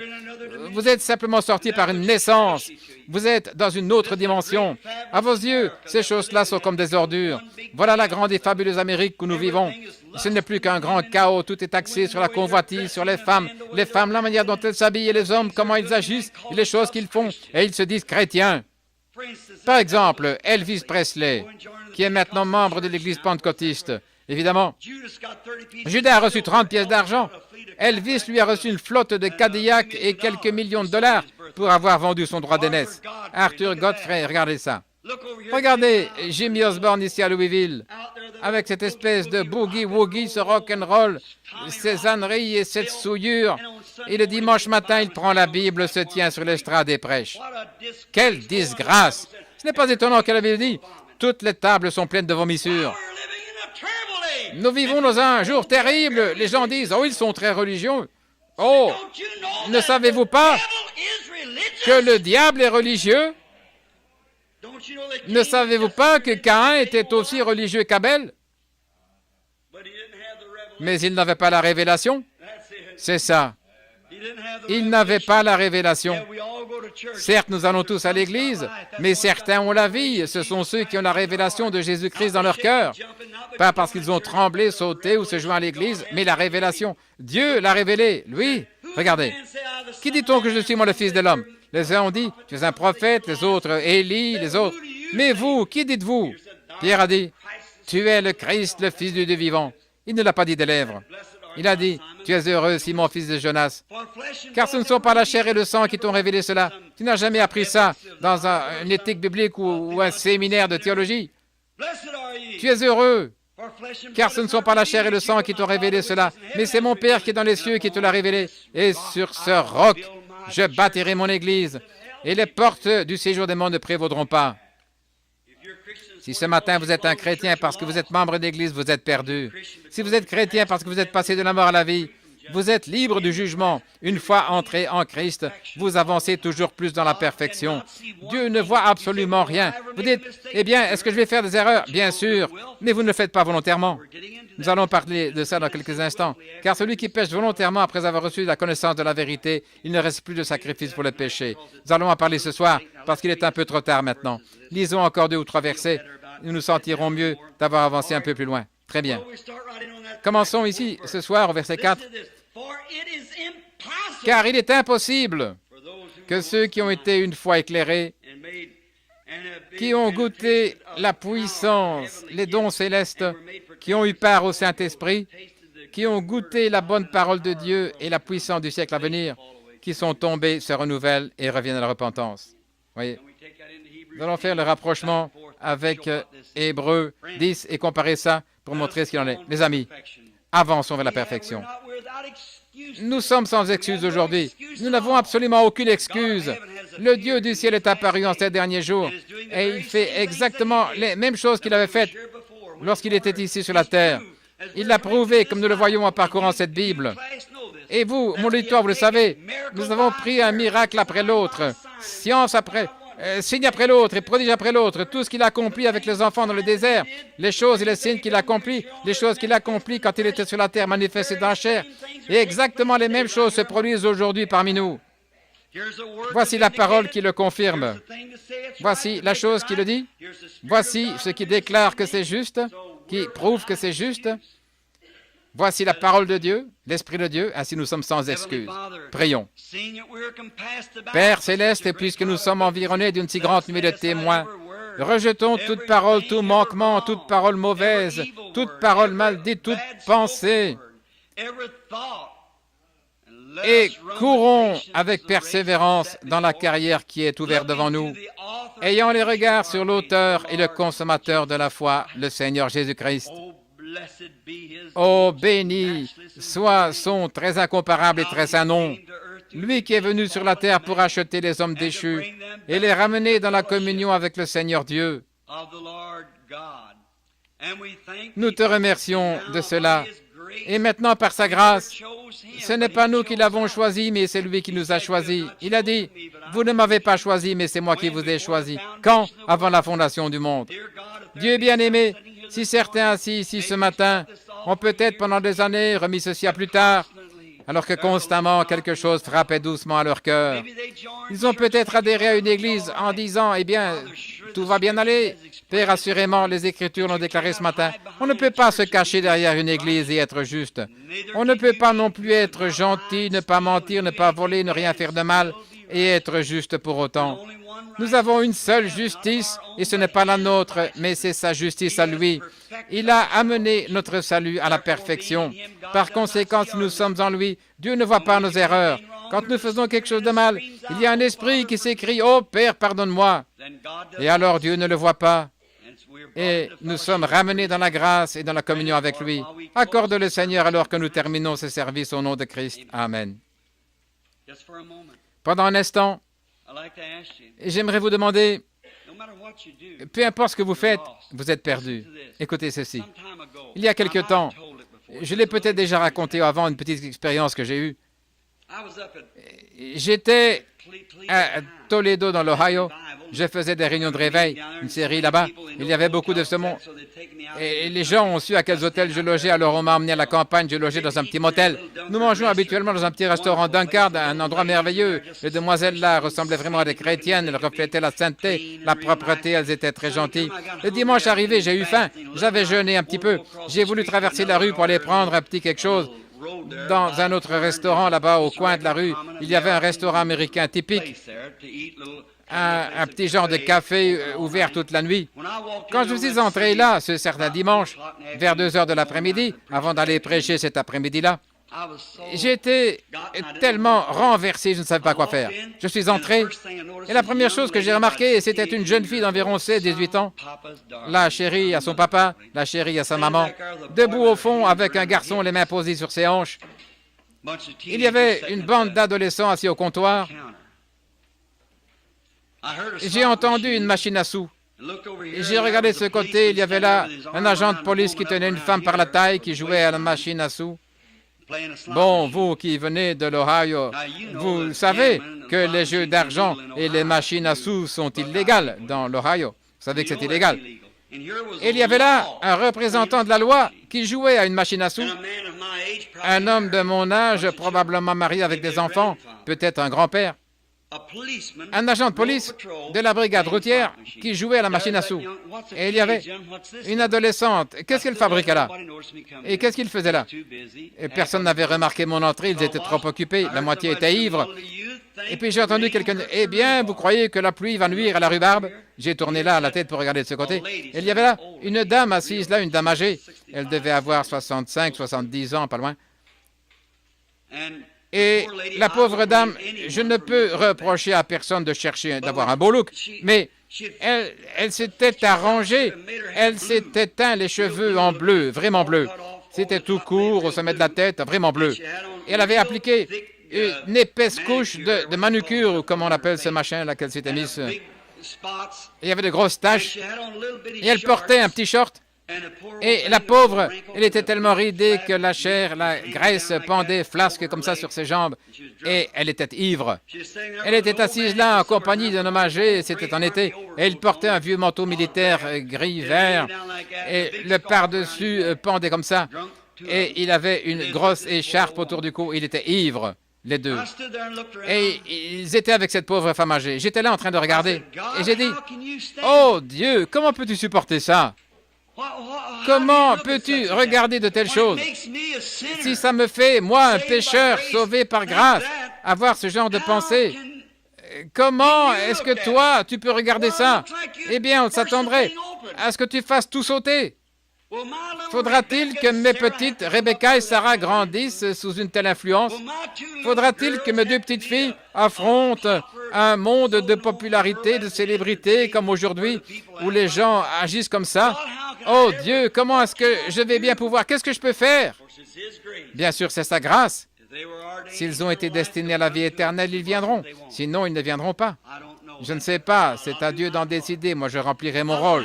J'ai pensé, comment peux-tu supporter ça, oh Dieu? On s'attendrait, au vu de ta sainteté, à ce que tu rayes cette chose-là de la carte. J'ai dit, regarde cette pauvre grand-mère assise là. Regarde cette jeune fille là au fond. Et voici une femme debout qui a probablement 25 ans. Et cet agent de police, les bras autour de sa taille, qui joue à une machine à sous. Voilà le représentant de la loi. La nation est finie. Voilà le rôle de la mère qui est fini. Et voici les aînés. Et voilà une jeune fille assise là et elle est finie. Regarde ces garçons, eux qui devraient être à l'église ou quelque part. Et j'ai dit, oh Dieu, qu'est-ce que je peux faire? Et me voici dans cette ville, en train de crier de tout mon cœur. Et on n'y prête aucune attention.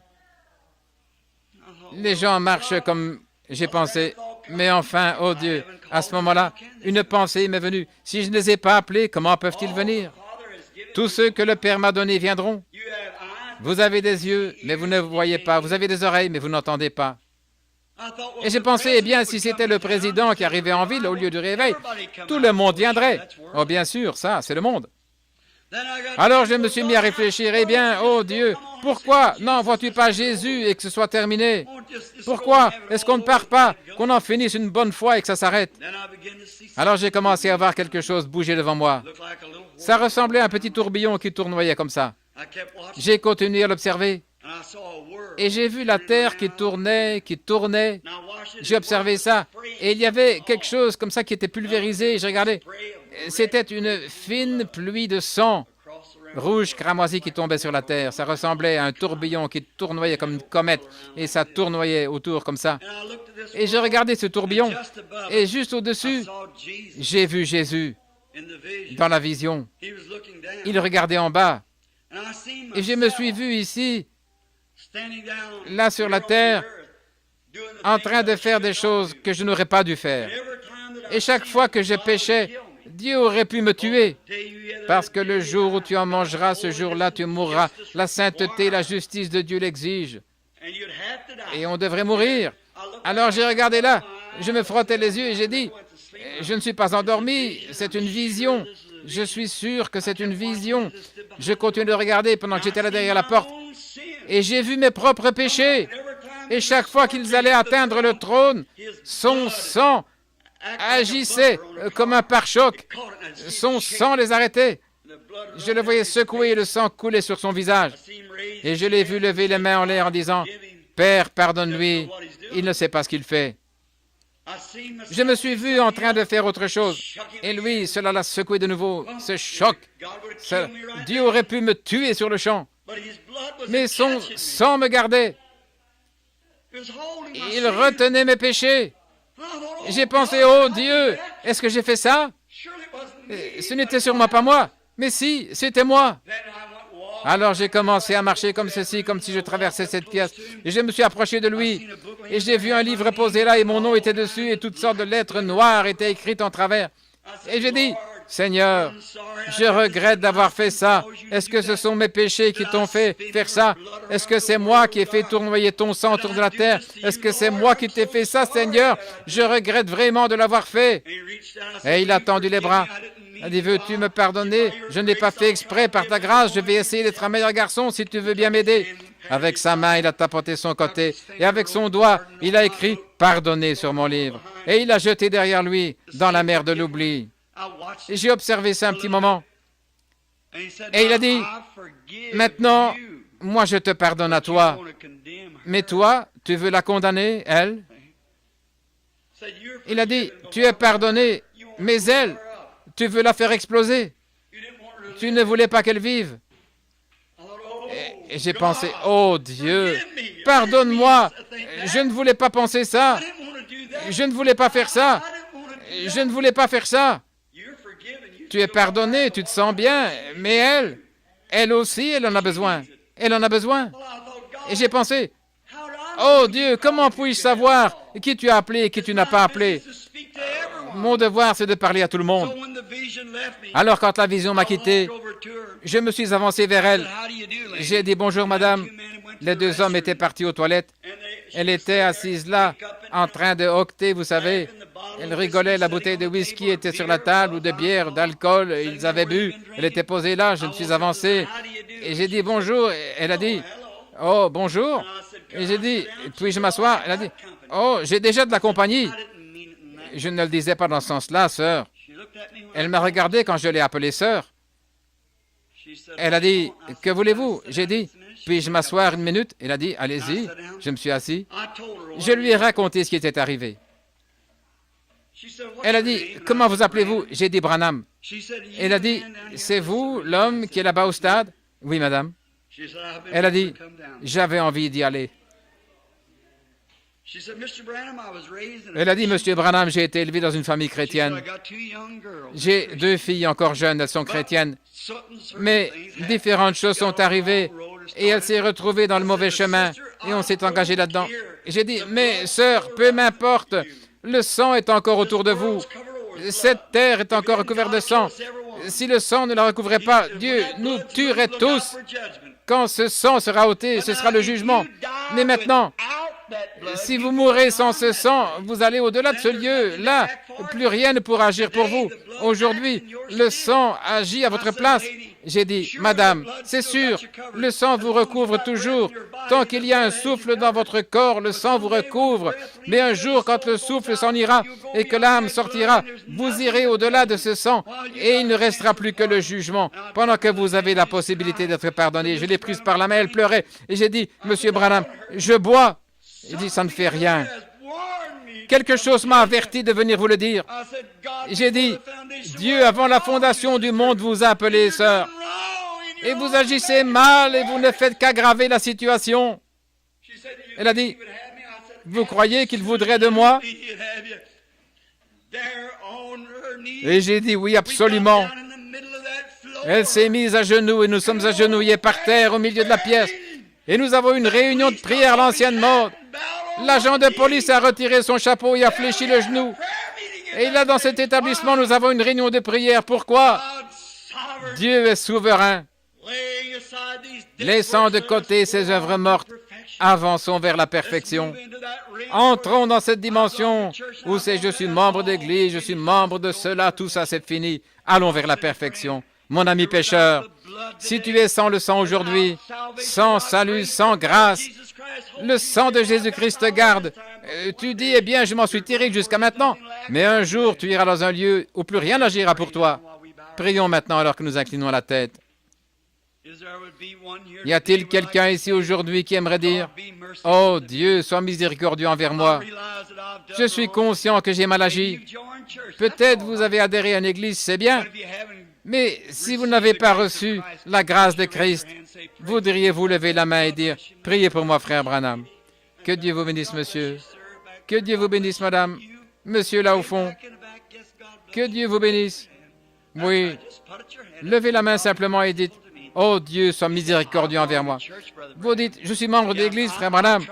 J'ai essayé d'être bon, mais je ne sais pas.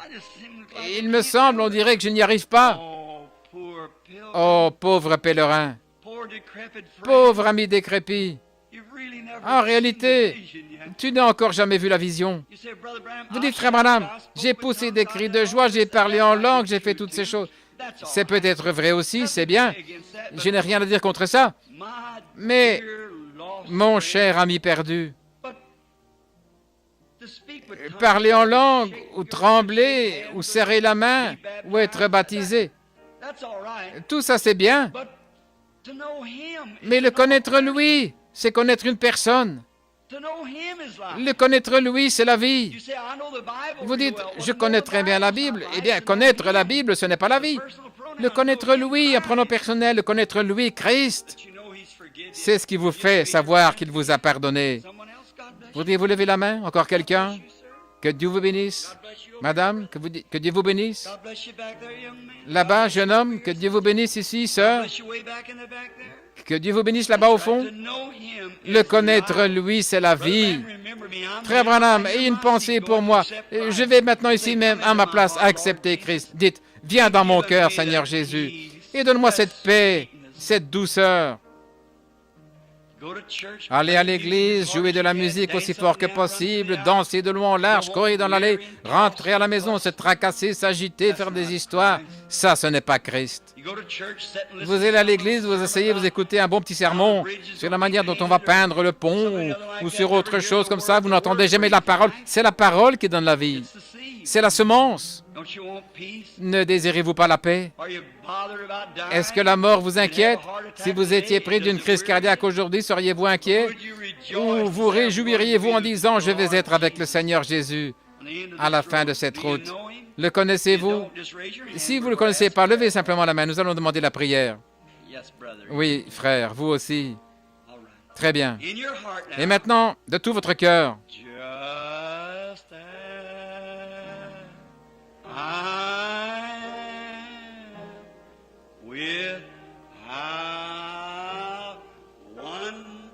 tel que je suis, sans rien à moi,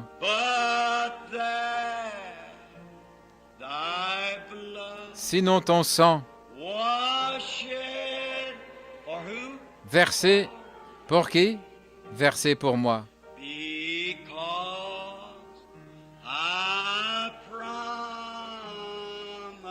Parce que je le promets, je croirai. Ô agneau, agneau de Dieu, je viens avec tendresse, avec miséricorde, tel que je suis. Avancez vers lui par la foi. Croyez qu'il est à vos côtés et il est là.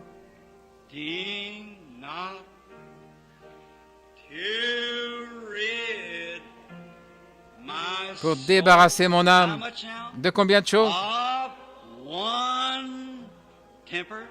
D'un tempérament colérique, de la malice,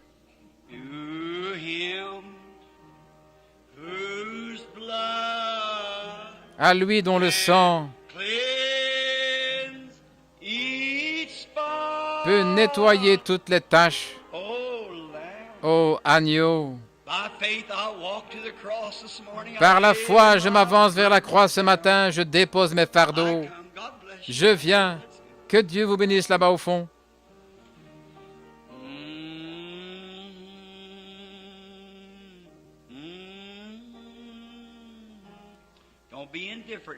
Ne soyez pas indifférents maintenant. Avec chaleur, avec douceur, avancez-vous vers la croix. Dans l'Ancien Testament, ils amenaient un agneau. Ils savaient qu'ils avaient péché, ils le savaient d'après les commandements. Maintenant, vous le savez, parce que Dieu a parlé à votre cœur. Ils avaient les commandements, tu ne commettras point d'adultère, tu ne feras pas telle et telle chose. Et ils prenaient un agneau, ils allaient là. Le sacrificateur l'égorgeait et le petit animal se débattait, il saignait, il bêlait, il mourait. Ses mains étaient toutes couvertes de sang. L'agneau mourait à sa place. Mais lui, il repartait avec le même désir de recommencer. Mais ici, nous venons par la foi, par le moyen de la grâce. Dieu nous a appelés. Nous posons nos mains sur la tête de l'agneau de Dieu. Nous entendons le mouvement du marteau. Nous entendons cette voix. J'ai soif, donnez-moi à boire. Père, ne leur impute pas ce péché. Ils ne savent pas ce qu'ils font. Par la foi, nous sentons sa mort là à notre place. Tout au fond de notre cœur vient s'installer une paix profonde quand une voix dit « Tu es pardonné maintenant. Va et ne pêche plus. » C'est alors que par sa grâce, nous ne repartons plus avec le même désir, mais avec un désir de ne plus jamais pécher ni faire quoi que ce soit de mal. La paix qui surpasse toute intelligence est entrée dans notre cœur. Puissiez-vous la recevoir maintenant, pendant que nous prions ensemble. Père céleste, ils viennent par la foi, par le moyen de la grâce. Environ une douzaine de mains se sont levées. Ce sont les fruits du message. Ils viennent à toi. Ils croient. Je crois aussi en eux, Seigneur. Je crois qu'en vérité, le Saint-Esprit leur a parlé. Et par la foi maintenant, ils gravissent l'échelle de Jacob jusqu'au pied de la croix, là où ils déposent tous leurs péchés en disant « Seigneur, c'est trop pour moi. Je ne peux plus porter ça. Voudrais-tu enlever le poids de mon péché et ôter de mon cœur le désir de faire ces choses? Permets que par la foi aujourd'hui, je te reçoive comme mon sauveur personnel. Et à partir de là, je te suivrai à chaque kilomètre du chemin jusqu'à la fin du voyage. J'entrevois ce que signifie avancer vers la perfection. Ce n'est pas d'aller à l'église, ni les racines des œuvres mortes, comme les baptêmes et ce genre de choses. Mais je veux avancer jusqu'à ce que moi, je n'existe plus et que Christ puisse vivre en moi. Oh, Jésus, accorde ceci à chaque âme repentante ce matin. Tous ceux qui ont levé la main recevront la vie éternelle parce que tu l'as promis. Ils ont accepté cela publiquement, ils ont levé la main, ils ont bravé toutes les lois de la gravitation. Ils ont fait honte à la science parce que la science déclare que vos bras doivent pendre. Tout dans la science prouve que les bras doivent rester attachés à la terre parce que la gravitation les maintient en bas. Mais il y avait un esprit en eux qui a fait une décision et ils ont défié les lois de la gravitation, ils ont levé les mains. Tu as vu ça, Seigneur? Tu as mis leur nom sur le livre. Pardonnez. Le vieux livre est maintenant retourné dans la mer de l'oubli. On ne s'en souviendra plus jamais. Permets-leur d'aller de l'avant aujourd'hui en étant des chrétiens doux et aimants pour te servir. Et peut-être qu'il y en a qui n'ont pas levé la main. Accorde-leur aussi, Seigneur. Que la marche des saints soit plus étroite, Seigneur, car nous sommes un jour plus près de la maison qu'hier. Sois avec nous, Seigneur, car nous le demandons au nom de Christ et pour sa gloire. Amen.